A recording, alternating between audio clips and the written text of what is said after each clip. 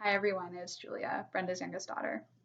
As we know, today was supposed to be the launch of Closing Time, my mom's seventh and final book in her Stonechild and Rouleau mystery series. Due to everything going on in the world, we obviously had to cancel the event.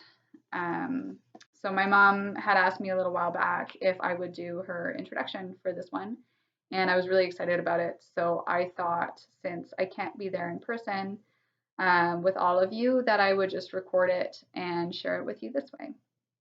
So I actually first sat down and started drafting my mom's book launch introduction in mid-March after I had been sent home from work with my laptop, some files, and a cheerful "see you in 2 weeks" to my coworkers.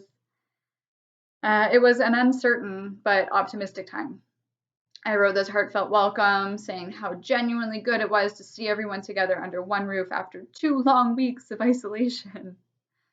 I went on about how much it meant to my family to be sharing this occasion at the Granite Curling Club with all of my mom's closest friends in a place where we have experienced so many of life's milestones. My sister and I grew up in this club. We threw our first rocks here. This is where I had my first summer job. My dad taught us how to drive in the parking lot out back. Now my stepson Jamie is learning how to curl here too. So it seemed extremely fitting to me to be celebrating the launch of Closing Time, the seventh and final book in the Stonechild and Rouleau series here. It was the toast to the end of one series and perhaps the start of something new. Now, 8 weeks later, we're all having to learn to adapt to our new normal. Going to the store is an anxiety-ridden procedural affair. Masks are fashion's hot new accessory for spring. People are actually looking forward to having meetings. We've never been so skilled as chefs and bakers and gardeners, teachers, knitters, hairdressers, home handy people, and we're all now connoisseurs of wine and local craft beers. I'm willing to bet there are even one or two among you who have decided to give that brilliant novel idea you've had stewing for years a chance at being put down on paper. If this is you, then you might be discovering what my mom already knows. It's not as easy as it looks. Many of you have been through this journey with us from the beginning, so I'll spare you the history lesson on how we got here. But for the new people to the group, there were a lot of edits, rewrites, rejection letters, and disappointments along the way. When my mom was offered a contract to write 7 adult mystery novels for Dundurn Press, all of that hard work had finally paid off. Of course, there was still a long way to go, but she had finally made it as an author. We could not have been more proud of her. Personally, being the baby of the family means that I've inherited a few adorable personality quirks, one of them being a certain level of maintained innocence. Now, I'm not saying that I'm naive to the evils of the world, but when murder plots and sex scenes are coming out of your mom's brain, being put down in black and white, and then she asks you to read them, there's some instinct in you that makes you want to put your hands over your ears, squeeze your eyes shut, and sing la la la la la until she stops asking you. I'm sure we can all remember that opening scene of Cold Morning.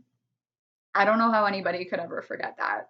After I read it, I gave the book a big old nope, not for me, and I just politely displayed all of my unread copies of her books on my shelf as the biggest show of support that I could manage.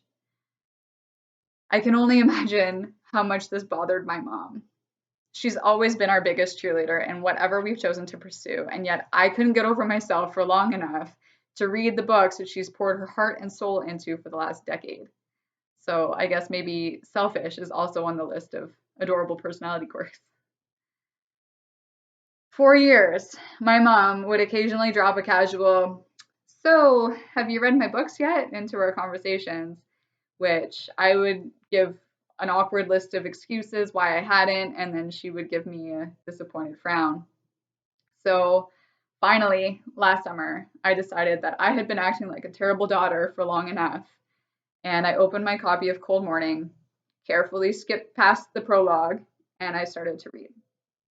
And I kept reading, and I found myself falling in love with Callie and Gunderson, and Dawn and Jacques, maybe especially Taiku, and even that miserable old Detective Woodhouse. I marveled at the way that my mom was able to spin a tale and build suspense while describing her scenes with so much detail that it felt like I was actually there. In some ways, I'm actually glad that I put it off because I was able to binge the entire series like a good Netflix true crime documentary. I got to watch Stonechild, Rouleau, and the rest of the gang grow together, solving crimes and developing as people. I could reflect back to the influences of our friends and family members and my mom's work at the Justice Department when I caught glimpses of them in her stories. I got to watch my mom's writing styles evolve over time right before my eyes.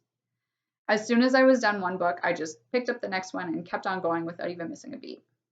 The only problem was that when I finished book 6, I had to wait very impatiently for book 7 to come out. When I got my hands on a copy of Closing Time, I opened it up right away and I could not put it down until it was finished. If they say to go out on a high note, this is it for Stonechild and Rouleau. It's a perfect dance between Calla's personal struggles and the suspenseful mystery that we've come to love and expect from my mom. While I'm sad that the series is over, I can't wait to see what she comes up with next. I know how disappointed everyone is that this event had to be canceled. The occasion to celebrate my mom's incredible accomplishments as an author brings us all together to raise a glass, catch up on each other's lives, and enjoy the live music. I think we can all agree that my mom throws a pretty good party. However, I hope that we can take this time to celebrate in our own ways. To order your copy of Closing Time from Perfect Books and settle in with a hot cup of tea on a quiet day to see how Calla's story comes to a conclusion. But here's a pro tip. Keep a box of Scotty's facial tissue handy. To reach out to friends by whatever means possible. To finally start writing that novel. To slow down and appreciate the small things. And maybe most importantly, to start planning for the future when we can all be together again. I love you, Mom. Cheers.